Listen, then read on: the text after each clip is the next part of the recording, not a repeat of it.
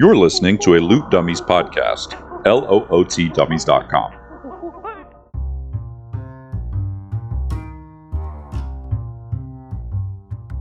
Welcome to Dungeons and Dragons and Dummies, a weekly podcast following a group of friends as they battle across a homebrewed world called Antiriath in Dungeons and Dragons 5th edition.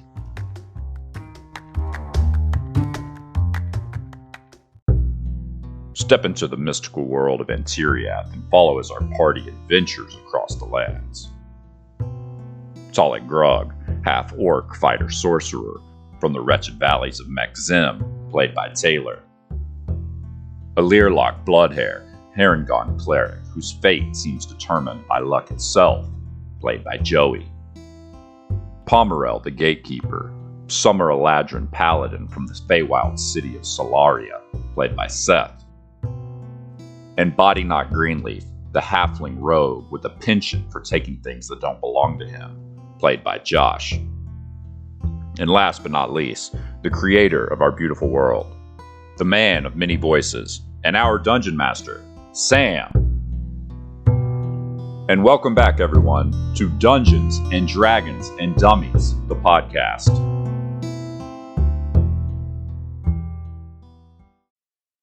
Hello, everyone, and welcome back to the show. Taylor here. Wanted to give a few special announcements, and then I'll give a quick recap, and we will get back into the action. First things first, check out our website, lootdummies.com, LOOTdummies.com. It's got links to all of our social media. Instagram is where we are probably the most active. I spend the most time on there personally, posting updates and screenshots from Tailspire, which is what we use to play our game. So check that out if you want to see little snippets and clips from the show. Also, we have a Patreon with an all-new show called The Primal Lands of Emotria. We're also putting together some files for homebrewed and customized monsters and items that we use in our game. So we will have that stuff on our Patreon. As you are listening to this, it is the first week of January 2025. I am putting a 12-month release calendar for all episodes of that bonus show, plus projected dates for other drops and special events on Patreon. So check that out at patreon.com/lootdummies. Thanks again. Hey, and if you're enjoying the show, it's been a while since we've asked, please give us a rating and a review on your podcast app. It helps other people find us. Every time we get a few ratings, I notice that our new listeners jump up a little bit. So thank you all so much for doing that, and thank you for listening. Let's get into a recap. On the last few episodes, the party is continuing northeast at the behest of Talik's cursed sword, the Longsword of Pallid Light. It is directing them towards the town of Romsberti, also known as the Rotwood, in the northeast corner of the continent that we're on. As we continue northeast, we make it out of the wide open valleys of Mek'Zim into a swampy, marshy area. We are attacked by a group of bush-shaped shambling mounds. It's a pretty nasty fight. Talik gets engulfed and the mound swims across a little pond, getting a pretty good distance from his teammates. They end up killing all of the shambling mounds. Alirlock turns the last one into a slug using polymorph, and that is where we pick up here at the end of that fight.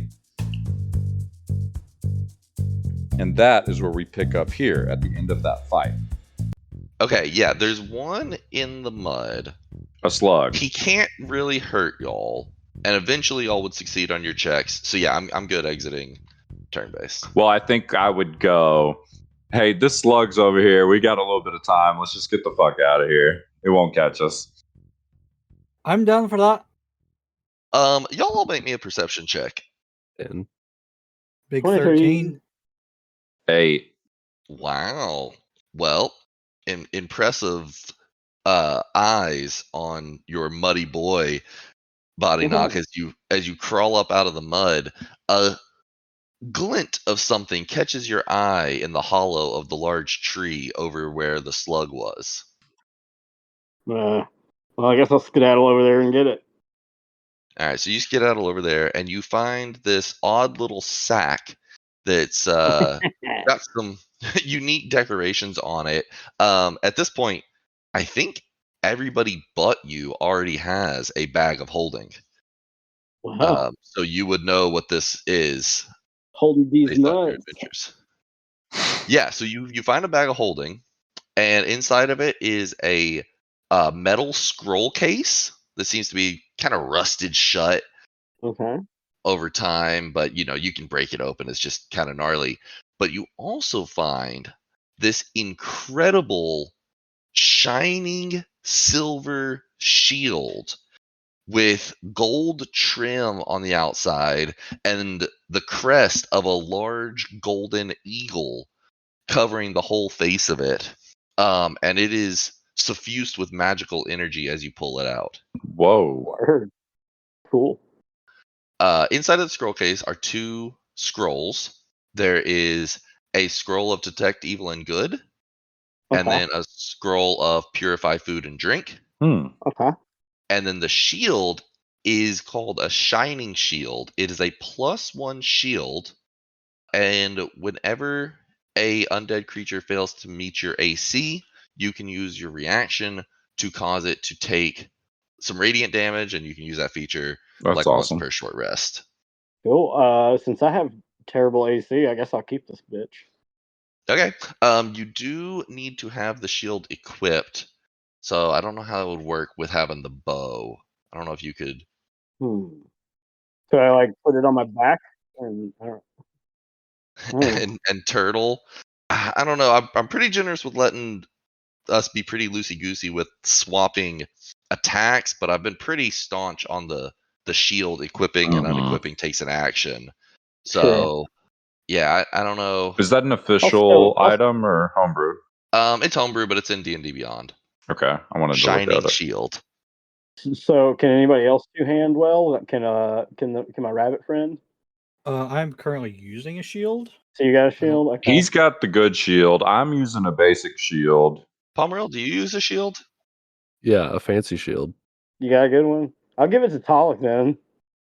Hell yeah, I'll take it. I'll stay light and nimble with my bow.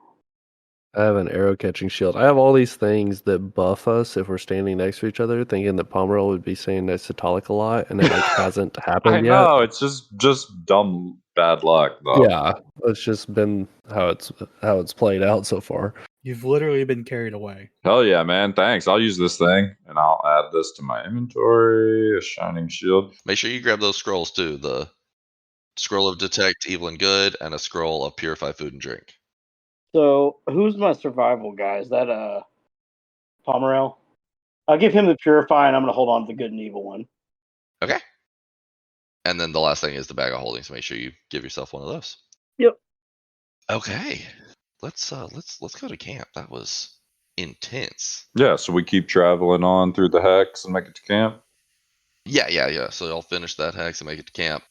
Shining shield +1. This thing's cool. It's very good. I was very nervous when y'all like weren't gonna explore, and then everybody Whenever was an rolling undead creature crap fails perception. to meet your AC with a melee attack, you may use your reaction to deal 3d8 radiant damage Oh boy, once that would per have been short nice. rest. That's strong as hell. Well, yeah, that would have come in useful about 10 minutes ago. Big facts. I'm wearing this plate armor of fire resistance. I got my shining shield with the golden eagle on it. I'm looking like a badass. My cape of the Montebank. Oh, that's true. I forgot you had the cape of Monty Bonk looking sexy.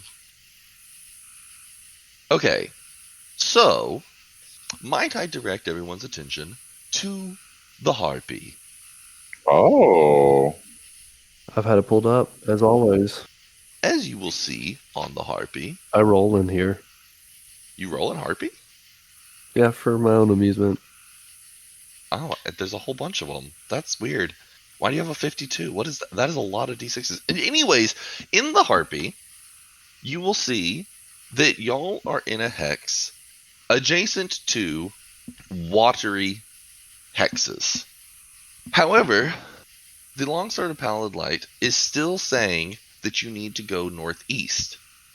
You can see that the ground has gotten really marshy at this point, and it's like this brackish, briny grove area. There's lots of these old leafless trees that have that like swampy cypress tree as they go down into it, and there's just roots and gnarls everywhere. And then there's big swaths of water where it's, who knows how many feet deep, and you've already seen like who knows what kind of creatures might be in there.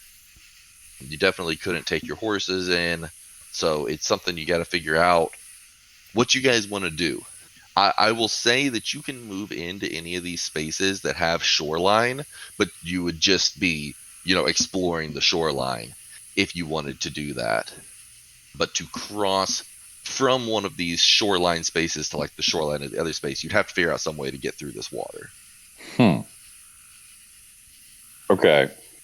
Y'all made camp, and y'all are good to go into the next day, so y'all may all hit the long rest button.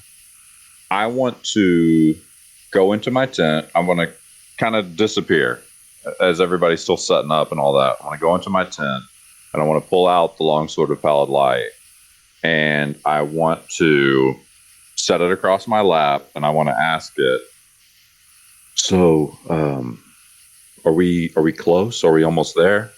How much further do we have to go? We are very close now. I can feel its presence. It tugs at me. We must sever it. Okay, so since we're so close, can you tell me like what are we severing? What's going to happen? I need to know what's going to happen. We must find my master's grave. Plunge me within his chest, and the link will be broken. Okay, and then once the link is broken, then we're just good. We just move on, and you leave me alone. I mean, what are we doing? No, at that point, my full power will be restored, and you can use me to my fullest effect. We'll just be like way stronger. Indeed. That's it? Nothing bad's gonna happen, right? To me or anybody? No, of course not. If anything, you will be able to protect yourself and those you care about with more fervor and strength. Okay, that's what I thought. Okay. And I want to sheath it and then kind of walk back out towards the campfire and just see what everybody else is doing, if they're around. Did anybody hear that conversation? I mean, how quiet were you trying to be? Were you? Not whisper, but not full volume. Right. Yeah. Make me a generic charisma check, Talik, to just see if you were able to have your conversation quietly. Okay. Riz.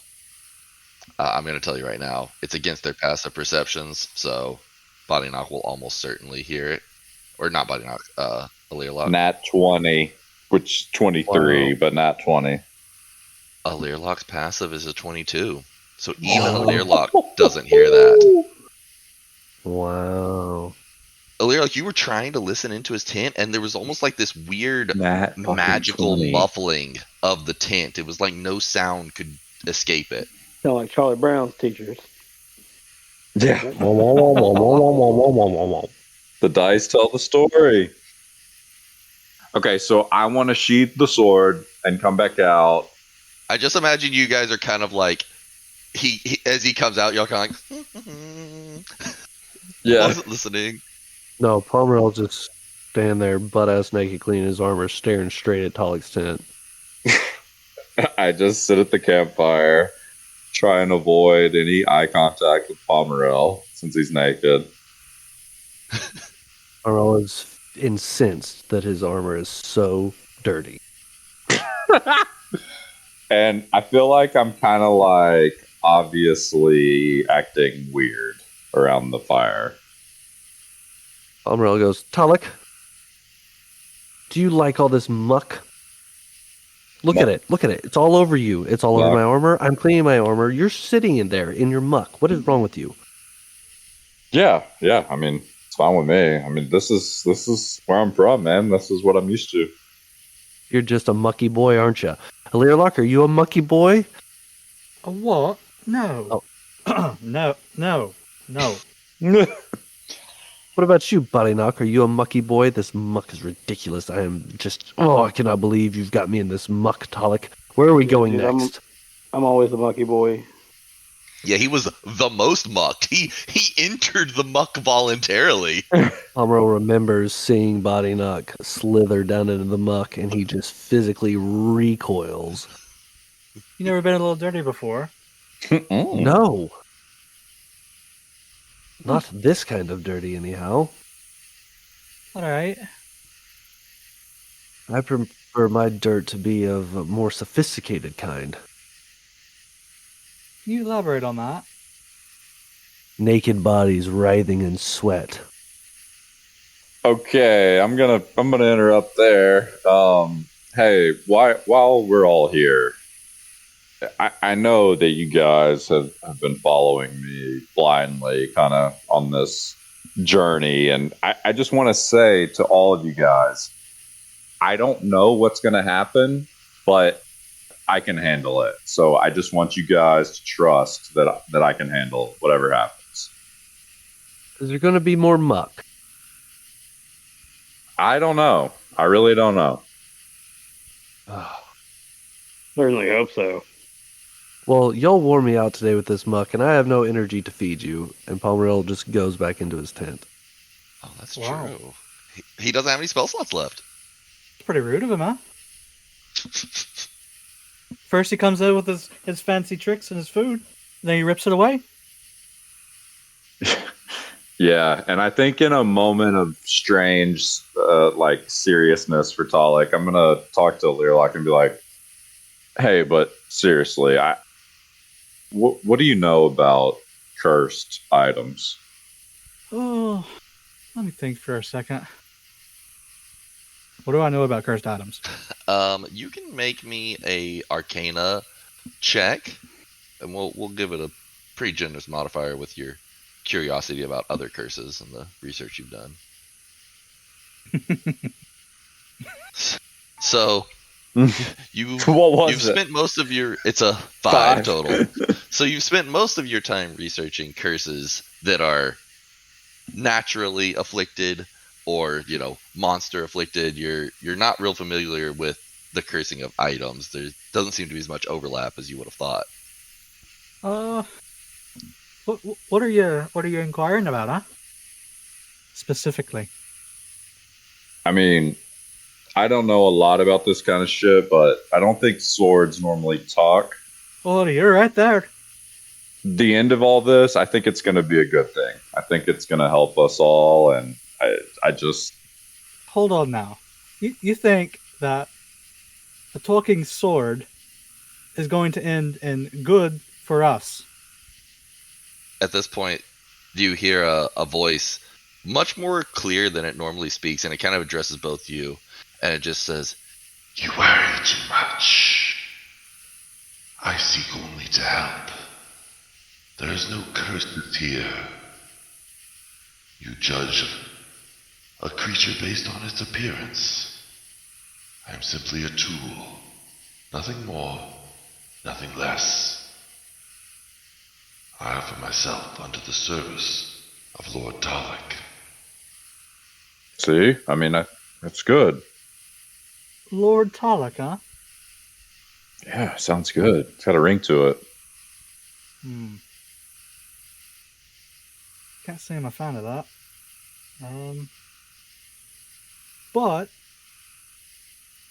I don't judge a book by its cover, so we'll play it by ear, so to speak. I can't say I have an extensive knowledge of whatever's going on over there. So your guess is as good as mine. Patience, long one. Your faith will be rewarded. Stick close to this orc lord. I wasn't talking to you, but that's fine. That's all right. All right. Yeah. Interesting. Never really had a conversation with a sword before. All right, well, I'm taking first rest, so keep an eye out. Stress. After that, I'm definitely gonna take first watch. Right? Unspoken. You're just gonna be up staring into the distance. I just go wandering into my tent, and you hear me snoring like within 5 seconds. Oh my gosh. Josh, anything else from Body Knock this eve? Just cooking sausage, man. Yes, you got them on like fat a skewer, like a marshmallow skewer. Yeah, gotta, right? Like, just cook them right over the open flame. God, that sounds so good right now. All right. So, that was fun. But now we have to go back to, if you're looking at Harpy, you'll see that the hex immediately to your northeast has mostly water. There is some shoreline in the hex. And so if y'all want to move into the hex, you can, but understand that you're going to just be exploring the shoreline of that place unless you have some way to navigate the water. Now, let me ask you this. In character, what kind of map are we looking like? Yeah, this map that y'all are looking at is what was sent to you. And so Bushi. as you've gotten Bushi, as you've gotten up into this place, you don't have your cartographer shadow on you, but even with y'all's skills and tools, you're looking at, you're like, things aren't perfect up here. There's definitely some like mismatch, but the general, broad strokes seem to be mostly right. But it seems to be there's just like some details that maybe aren't quite perfect. But for our purposes in the game, we can use the map that you guys have in game to match the map that we're using for the hex scroll. So the next morning, we start to head out. I consult with the sword and the map, and I say to the other guys, all three of them, so it looks like we're going to hit this water. The sword's telling me to keep going this way. We're going to have to figure out how to get across this water as best as I can tell, unless y'all have another idea. And I show everybody the map, have them come look over my shoulder. Yeah, and I mean, even at this, in this hex, we'll say that y'all have like made it to the shore. Y'all are on that like tiny sliver of shore that pokes into this hex. Okay. And you're like, oh yeah, we're there. So you can either like go along the shore to the northeast, you can go along the shore, kind of straight north, or you can go, if you went like southeast, there's kind of like a little peninsula that juts out. And then south was kind of backtracking, but would take you, you think you'd run back into water that way eventually too. Quick question. Mhm. As we are peering over Talik's shoulder to look at the map, can I like place my hand on the sword and try to cast Dispel Magic? Just because I don't know what it is. Did you say Dispel Magic? Yeah. Yeah, so spells require you to like, speak a word out loud and do a command, like a Naruto movement sort of thing. So unless you have the subtle spell feature, you can't do it without Talik noticing. You'd have to say like, "Itza no magico," and then touch it as you move your hands around. I'll touch it. And You should just like touch it and it's scabbard. well, I've assumed the scabbard is not enough, so I'm going to Like the handle of it. yeah, while it's sitting in a hilt. scabbard. Okay, are you trying to do it without Talik noticing? If I can attempt that. Yeah, If yeah, you just not, gotta I'm make a gonna- sleight of hand check. Yeah, I'm just gonna full bore regardless. He's gonna hear it, but like whether or not he'll be able to move and keep you from touching it will depend on your sleight of hand check. Okay, that makes sense. Okay. I would assume that Talik's reaction would be to move. If you would just I would stand there think as if he's somebody casting reached spells out and behind grabbed you. my sword, I would jerk Yeah. and reach for it. Yeah. Okay, all right. So make me the sleight of hand check. 20? Okay, yeah, that's way better than any of his passives. So yeah, all right. So you cast Dispel Magic. What level? I touch it and I say, "Be not." What level? I guess I would probably try to do something pretty powerful because I don't know what it is. So probably a level 4 Oh spell shit. slot. Okay. This is mostly in an attempt to try to jog my memory of what it is. If it doesn't do anything, or fight Talik, who knows? You do the commands, reach out and grab it. I'm imagining like kind of grab it, baseball grip on the pommel, like you're grabbing a knob on a stairwell. And as you do so, your hand can't grip down onto the sword. It hits like an aura Oh shit. that repels it, and you're like gripping down and trying to squeeze it, and then your hand just gets shoved open and pushed back, and there's just a really loud hiss. It's like shrill, like a Nazgul hissing and shrieking in the air that like pierces everyone's ears, that comes out of the sword. Talik, it does not affect you, but everybody else, I need to make a con saving throw. Everyone? Everyone who's standing within a few feet, which y'all were all looking at the map, so I assume y'all were all there. Is it a +5 that we had? From Pomeril, yeah. Sounds right. And a total of 23. Oh, Josh, you got a 6? Yeah. +5. Yeah, that's not good. 11.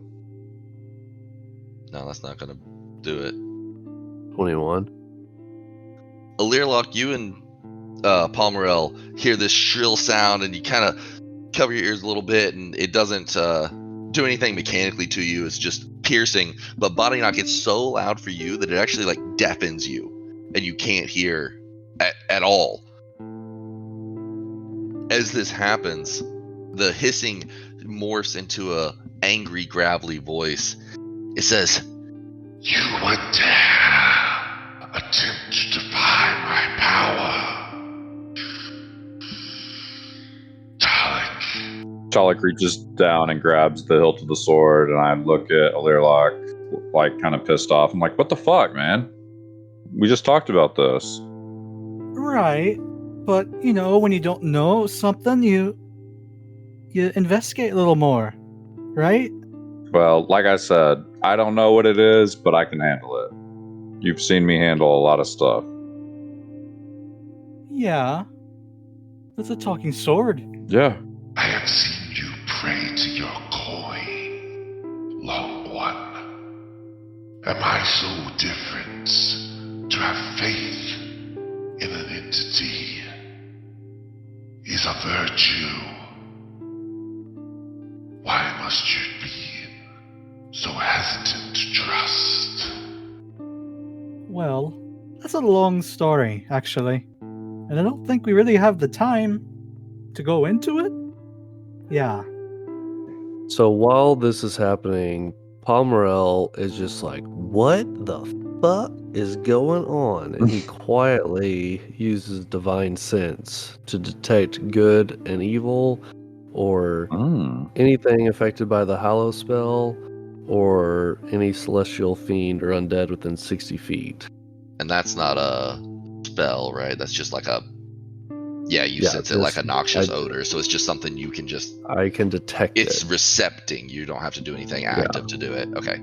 To detect good and evil within 60 feet. Yep. Okay. You do detect evil. Pomeril immediately, just from battle instinct, whips back, puts his hand on his sword, and stares at the longsword pad light, not at Talik. It's super clear he's staring directly at the sword, and he says, Talik, that sword you carry, my dear friend, may not be the friend you think it is. Yeah. No, I think it's fine. Like I said, just trust me. I can handle it. That sword needs to be destroyed. No. It is evil. Ask it. Ask it if it sees itself as good or evil. Okay. I pull the sword out and hold it out in front of me, and I go, Sword, are you evil? The paladin sees well, but not all. I am tainted by my master's essence. True, he was an evil man. That is why we must rid me of my connection to him. See? I have a plan. Everything's fine. Once we sever the bonds, I will merge with my new master, Dalek, and all will be well. So was your old master evil, or did you make him evil? I have said before I am simply an instrument, wielded by those who have me. Good fortune has brought me to a worthy wielder in this young man.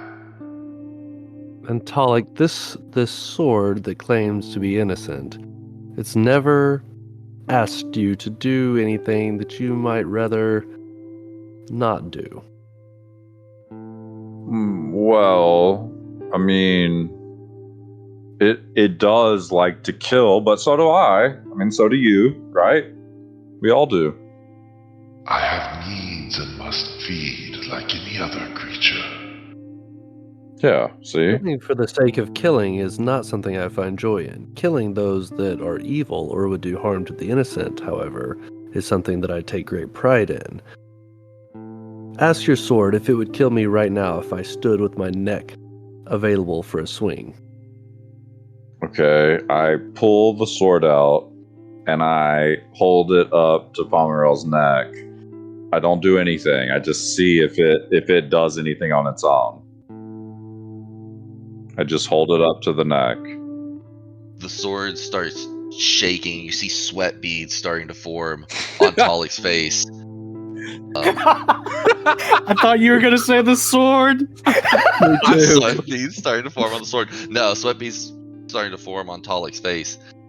Y'all all make me an insight check. 13. 11. 13. Y'all aren't exactly sure.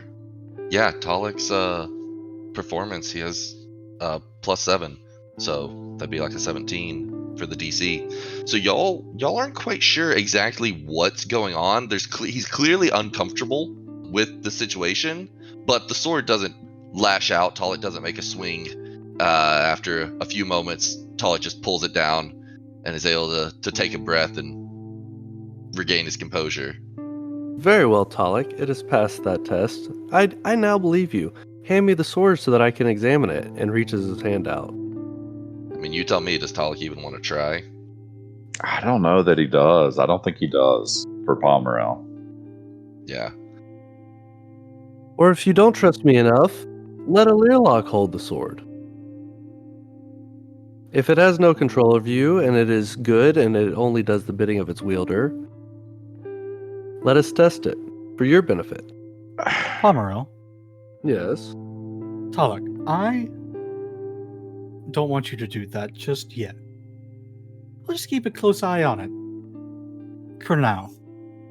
Your hand's got like this bruised feeling, like you just like hit a bat on something hard. It's just got like that shell-shocked feeling. And if something isn't quite right, then we'll take another stab at it, if you will. Because while something's not quite right, we don't fully understand what it is. Does that sound good? Yes, very well. And Pomerel gleefully helps up on the sunbeam like nothing ever happened. I think Talik looks super relieved and just sheaths it. Now that we're all in agreement, this map, I mean, what do y'all think? We just cross this water, or should we try and go around? I mean, anybody know how to build a boat or a raft? Is it pretty deep? I don't know. The water just has this inky blackness. When it's like 1 or 2 inches deep, you can kind of see into it. But if it gets more than just a few inches deep, it just looks like it goes into nothingness. It looks fine. And the smell is awful. It's just this like briny marsh. Yep. Keep going. Dalek's pulled out an axe and he's chopping trees, like, and starting to lay them down in the shape of a raft. Oh my god. Do we know of any crossings nearby by chance? Guess is as good as mine. Yeah, you got to keep in mind the size of the hexes is like 24-mile hexes. So you're talking like to cross where you guys are at right now, it looks like it's about 30 miles. So y'all are actually looking out at what looks like a lake, right? Like you can, like 30 miles, I don't even know. Can you even see the shore on the other side of 30 miles? Maybe. Yeah. It's like Great Lake size, Hmm. but it's just flat across this huge lake. It's just flat and black. Yeah, it's fine. Oh. How's that friend on your back think we should get across, huh? Does it say anything? Not to Learlock. I mean, you know, I can make decisions too. True. Pomerel sets off, as far as he's aware, to the right, with keeping the water to his left. And he says, "Oh, surely there's a oarman or somebody somewhere around here with a raft." Just following the shoreline. Just starts following the shoreline with the water on his left. Shoreline. I'm going to put shoreline in quotes. It's kind of this Yeah. like weird, there's marshy parts and trees but yeah. Generally Sure. tromping along. Yeah, I mean, if you guys want to do that, if you're following right along the shoreline, then I'd say that moves us into this hex that's kind of to y'all's northeast. You know, we'll say your day's travel is along that shoreline that you see in that hex. It is cool today, quite cool up here in the Rotwood. Like, what is that, like 35? Yeah, it's 35 today. Fahrenheit? Yeah, Fahrenheit. There's Never gets old. Kelvin? Kelvin? There's a strong breeze blowing off of the water. It's like coming from like the northwest and blowing in off the sea and bringing this briny rain. Once This was just the a wind of the drizzle. Dalek starts singing a sea shanty. A sea shanty. Yeah, it's a sea shanty, all right. You'd think is all you can think is, man, if I had some barrels, I could put my whiskey in it and it would just get that peaty, briny goodness. Yeah, that is what Dalek's thinking. He's got his brewer's kit out. It might have a bit of a rotten flavor, but you know, Even better. you can work around that. Y'all had me writing so feverishly during y'all's roleplay that I forgot to ask y'all what do y'all call a lonely cheese? Let me think about Hold this. on, I want to try to guess. Yeah, this one let me too. think Yeah, about this one this one. sounds doable. What do you call a provolone? lonely cheese? Bingo. Joe got it. Yes. What did he say? A probe alone, dude. The motherfucker who would eat Bravo, a pill for Joey. a nourishment pill every day if he could avoid food. A Learlock, Joey, Oh. inspiration. He already has it. Oh! Does it You stack? gotta use it. You gotta. No, it doesn't. You gotta use it. Use I- it or I- lose it. I thought about using it in that last fight, but That's what she said. I didn't really get it to a point where I wanted to. So y'all move along the shoreline for the day through this briny, gnarly, nasty path, and you travel the entire day. Y'all are back into being here in the marsh and the Rotwood. This is a difficult terrain situation, so even with y'all's mounts, you move one hex that day, and you spend the whole day traveling along the shoreline. We'll roll those checks next time, and we will see what happens in this shoreline hex. Ooh la la. That was great. That was good stuff. That was fun. I liked the role play. I'm glad y'all survived the whole time. Even when I was rolling rocks, I wasn't worried. I just had this feeling that you guys were going to be able to handle that combat. Well, at one Well- point, I had 2 shambling mounds on me, and I had 16 HP. And if one of them had engulfed me, Yeah. That's a good point. It was on the And- tip. It was on the tip, whatever the fuck you call that. Edge of a it knife. was on the Edge Sure, of a- yeah, edge of a that's knife. not what I was On gonna the say, nice but edge. yeah, that. Yeah. Oh, okay. The Yeah. tipper, the tipper. The tip of the tipper. The tip of the tipper. The tip of the tipper. Words have not been my forte tonight. Wow. What a Yeah, way to tip- lament tip your for you. your words. It was on the tip of my tip. It was on the tip of my tip. It was just the tip. Night. Good Good night. night. Massive.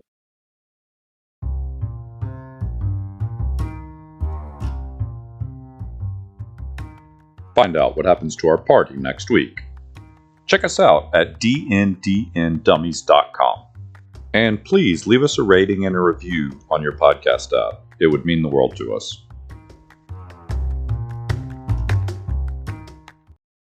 My Christmas gift to myself this year was either going to be a VR headset or a Steam Deck, and I just pulled the trigger on the Steam And Deck. pull the trigger on the Steam Deck. I think that's a better Oh, choice. Yeah. Because the Steam Longevity. Deck's something that you can use a little bit every day I mean, or like I'm- all the time. Let's The be VR headset, honest. I'm mostly going to be playing Baldur's Gate 3 on the shitter, but right? But like that's something You you'll play Baldur's do. Gate Whereas 3? if you got the VR You get headset, hemorrhoids like that. I'd probably look, do some flight sim shit I with don't that. know. if you get hemorrhoids from sitting on the toilet for Sitting? too long, then I have You all. do. Then I should the have all the toilet? hemorrhoids. You actually do, like for real, for real. Well, Get but hemorrhoids from sitting on a toilet? I think Too so. much, yeah. So the thing that's weird to me about that is like, Huh. are people just constantly clenching their butthole if they're on the toilet? Because like I poop and then I just sit there. I don't like keep clenching. So how do you get hemorrhoids? I don't know. Yeah. Something about it. It's what like, Big Pharma's your telling blood you, bud. flow. I'm back. Something about like your blood flow is like stoppered up or slowed. because of the Stoppered. way- I think it's just because you just have all that weight hanging in that empty void and it Because it's a pushes down on void, your you don't have any sphincter. support. On What are your y'all talking sphincter. about? You Is gotta hit the bidet Sitting on the button. toilet Sphincter. too long, getting hemorrhoids. Sitting at the dock of the bay. I've never had one.